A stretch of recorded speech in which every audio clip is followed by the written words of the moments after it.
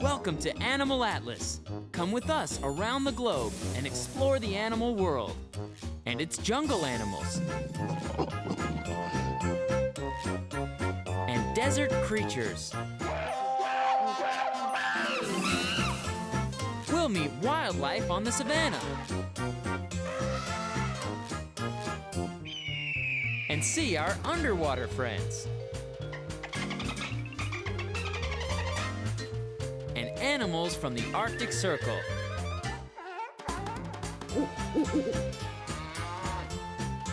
Anywhere, everywhere animals live. It's always an adventure. Today on Animal Atlas, we'll venture into the primordial worlds of swamps, ponds, and rainforests. Damp, teeming with life and vegetation, populated by strange and wondrous creatures. This is the ancient world, unchanged since prehistory. For life to thrive, there needs to be water and warmth. And here in the waterlogged swampland of the southeastern United States, there's an abundance of both. And as we might fear, there are animals living here that challenge even the most fertile imagination. Immediately recognizable and always startling, alligators inhabit the brackish water of the swamp. They're large, carnivorous, and nocturnal reptiles whose size and strength has guaranteed that they have no enemy but man. This American alligator can grow up to 19 feet long and weigh close to 600 pounds. He feeds on fish, birds, turtles, reptiles, and mammals who venture too close to his lair. The alligator's 80 or so sinister-looking conical teeth are not used for tearing prey apart. The alligator seizes his prey with those teeth and swallows it whole. Take a look at this huge tail. It's half the length of the alligator's body. Not only does this massive extremity help propel the gator through the water, but the reptilian tail is used as a weapon and to store the fat the alligator will use during the winter. Not surprisingly, the alligator is cold-blooded. To create body heat, the gator must bask in the sun. And though you can probably guess that the alligator swims very well, he can also run very fast, though only in short bursts. In the wild, alligators are to be avoided at all costs. But the dinosaur-era appearance of the alligator doesn't tell the full story. Who's the most nurturing of all reptiles? Alligators. Mother alligators protect their little hatchlings, called a pod, for almost a full year after their birth. Alligators, in actuality, belie their sinister appearance. They are solitary and peaceable animals who live up to 50 years in the wild. They spend their days basking in the sun, and well, sometimes it's so pleasant in the swamp that it's a struggle just to stay awake. So who is the terror of the swamp? We need to go down below the surface of the water to meet the monster of the murky depths. Meet the common snapping turtle. A turtle? That's right. This aggressive swamp dweller spends most of his life in the water, but is so fearless, he's been known to attack people. A snapping turtle can weigh up to 85 pounds. And though he has no teeth, his horny beak is sharp and his jaws are very strong. Down under, in the depths of the brackish water, besides the ferocious snapping turtle, lives a variety of fish, including the catfish. The bottom-feeding catfish can live in the muddiest, lowest oxygen level swamp water and happily eats just about anything her tentacle-like barbels detect along the mucky pond bed. Though water defines the swamp, not all swampland animals live in or under the water, and not everything that lives in the swamp is cold-blooded. The river otter is an intelligent, furry, streamlined aquatic mammal whose sensitive whiskers help him to find prey. Like crayfish or slow-swimming fish in his pond's muddy water, river otters are related to the weasel, and the family resemblance is easy to see. Their short legs and semi-retractable claws are perfectly suited to life in the swamp. The river otter is kept warm by both his dense fur and high metabolism. To go one step further, not everything that lives at the swamp lives in the swamp. Lurking around the water's edge, stalking small rodents and birds drawn to the water, the bobcat has made the surrounding area his home and hunting ground. Not much bigger than an overfed house cat, the bobcat gets his name from his stubby and distinctive tail. His ruff of facial fur and the tufts rising from the tips of his ears are unique to the bobcat. He may look cute and cuddly, but this fierce predator can kill his prey with one powerful bite. There are a number of other predators who might be lurking around any given swamp. The bald eagle, the black bear, the cougar, and there are some gentle herbivores who might be found in swampland, such as white-tailed deer.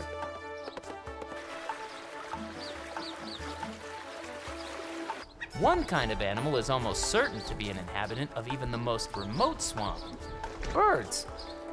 Many different kinds of birds take advantage of the fertile swamp environment. The great blue heron, for one. But none is so spectacular as the great egret. This white-feathered giant with the S-shaped neck is a wading bird who hunts in shallow water, impaling her prey on her long, sharp bill. Lucky for these painted turtles, the great egret prefers fish, lizards, and small rodents for dinner. Turtle is seldom on the menu. We'll visit the animals who live in the most remarkable warm and wet place of all, the tropical rainforest, when we come back to Animal Atlas. We're back. Let's leave the swamp and venture down into a South American tropical rainforest. Superficially, the swamp and the rainforest might look similar, but all they really have in common is water. But where the swamp lies brackish or still, the rainforest is filled with rushing waterfalls. The rainforest is a lush, green world, and throughout the year, the climate stays about the same, hot and steamy. For much of the year, rain falls in heavy downpours every day or two. This warm, wet climate is like a giant greenhouse. Trees and other plants of many different kinds bloom all year long. Giant trees rise as high as 20-story buildings. Flowers and ferns grow on tree limbs, and vines twist around the trunks. Let's meet some of the rainforest's extraordinary inhabitants. Iguanas are plentiful in the tropical rainforest.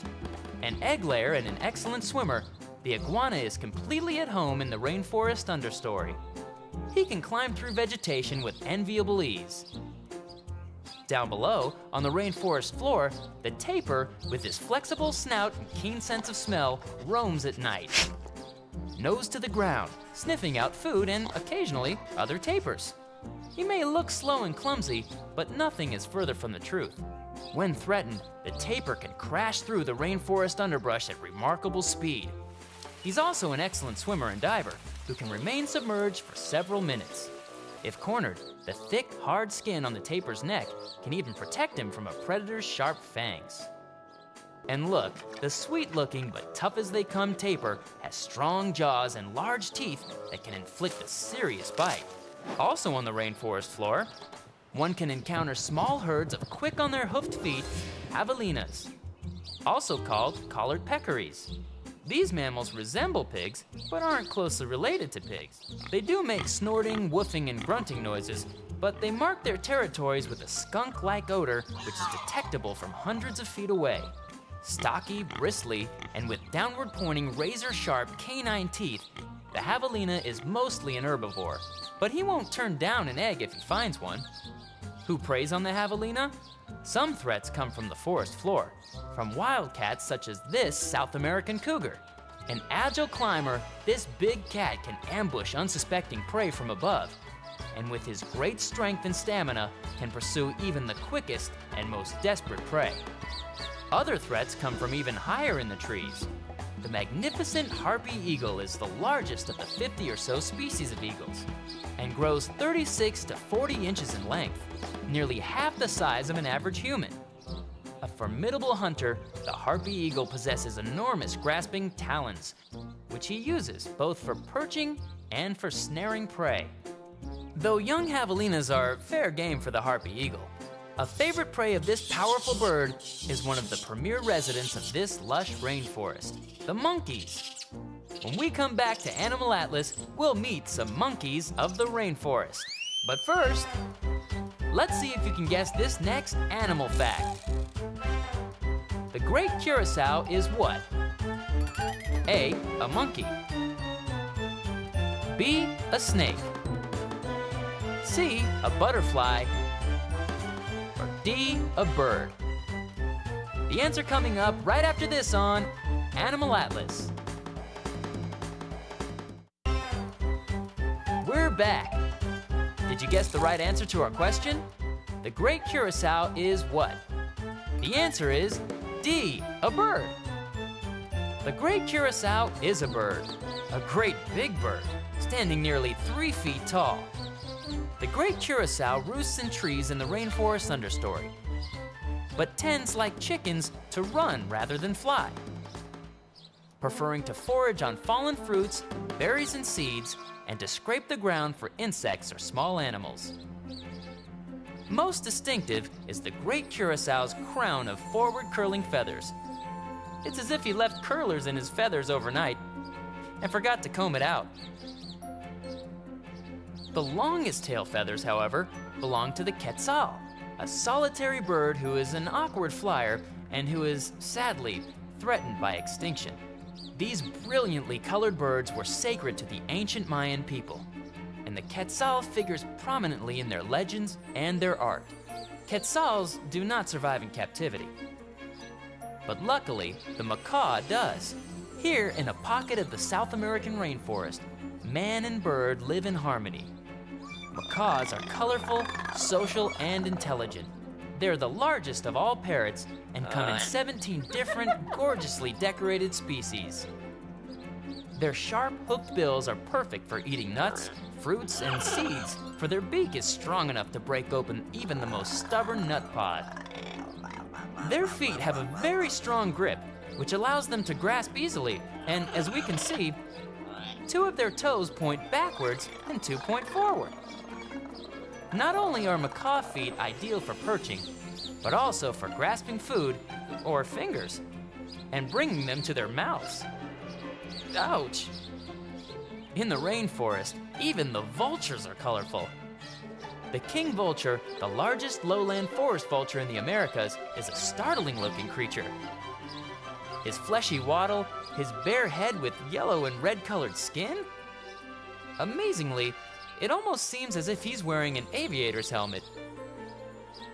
Though he can hunt prey, the king vulture, like all vultures, prefers to live on carrion, or the carcasses of dead animals. Whether prey abandoned by other predators or those who died by accident or naturally. Yes, in the rainforest, even the scavengers are unusually beautiful.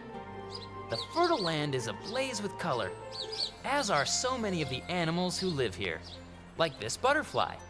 This beautiful, graceful, orange and black beauty is streaked and dotted like the famous monarch butterfly, which is poisonous. Poisonous? A butterfly? Yes, the monarch gets his poison when he's just a caterpillar in the larva stage, by eating the poisonous milkweed plant. This poison then courses through the 3 butterfly body parts: the head, thorax, or chest, and abdomen, or tail end. And when his lovely, scaly wings attract a predator, and he's consumed, any unfortunate animal who eats him will get very sick, but usually won't die. Then, the butterfly-eating animal will remember this incident and avoid monarchs and all their copycats in the future. But the grand prize for being the most colorful and poisonous goes to the remarkable and startlingly beautiful poison dart frogs. Poisonous frogs? You bet.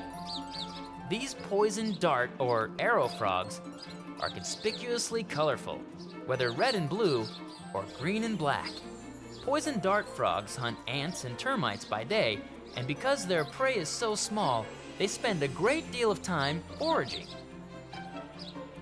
This increases their risk of exposure to predators. But interestingly, the poison dart frogs seek, in a manner of speaking, to attract a predator's attention. Their bright colors serve to warn predators, such as snakes, away, in much the same way flashing lights do at a road construction site. Danger! Danger is what these colorful fellows are saying. I have toxic poisons exuding from my skin, and if you want to eat me, well, too bad for you, pal. However, contrary to what one might think, the poison dart frogs aren't so named because they throw poison darts themselves.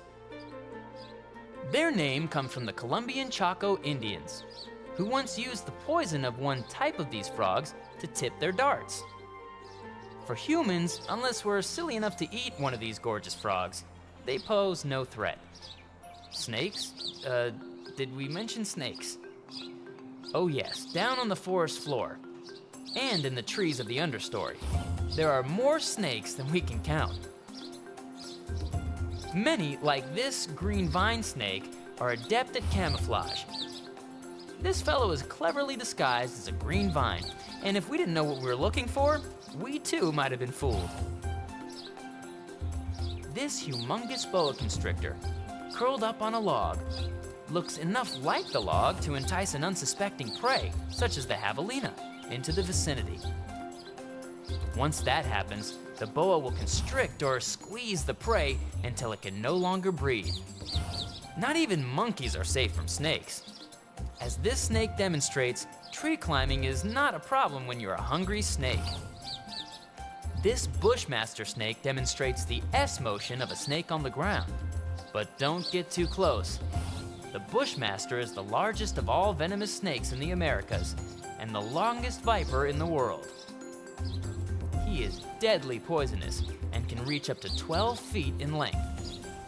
As if the sheer toxic venom isn't enough, the cold-blooded bushmaster, like other pit vipers, has a special adaptation that helps him detect warm-blooded prey. He has 2 heat-sensitive pits, one on each side of his head, halfway between his eye and nostril. These predator pits allow the snake to sense the heat difference between a small mammal and the cooler rocks, plants, and objects in the area. In much the way our thermal imaging technology allows law enforcement to track escaped convicts. Who else lives in the rainforest? Well, one way to find out is by using a banana. Leave a banana on the rainforest floor, and just about everybody eventually shows up. Spider monkeys, of course, value a good banana, as do a wonderful variety of colorful birds. And what's this? Meet the coati, also known as the white-nosed coati. Not much bigger than a house cat, these long-nosed, bushy-tailed South American members of the raccoon family are equally at home on the ground and in the trees. Yes, they like bananas, but they're omnivorous and eat fruit, invertebrates, and other small animals. Their long noses and long claws are perfect for poking under rocks and into crevices and pulling apart rotting logs in search of food. Coatis live in large groups and sleep in the treetops, in nests, or on comfortable branches. Also up in the treetops are the monkeys. New World monkeys are arboreal or tree-dwelling, and they live the majority of their lives above the forest floor, traveling from tree to tree by way of the canopy of limbs. Howler monkeys like these can be found in the South American rainforest, as can these glorious spider monkeys. Called the supreme acrobat of the forest, spider monkeys fly through the trees like circus performers, using their prehensile tails like a fifth grasping limb.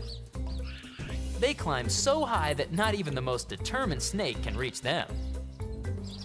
So this is the rainforest world, populated by incredible creatures who live in the lushest, vegetation-rich forest on the earth. Tropical rainforests aren't just anywhere. They appear only along the equator, like a fertile belt around the center of the globe, between the 2 tropics, the Tropic of Cancer and the Tropic of Capricorn. Rainforests are special places. They generate much of our world's oxygen, and even though most of us don't live near one, They're important to our survival as a species and as a planet. And the lush and incomparable rainforest clearly is a paradise to those who live here. Animal Atlas will be right back.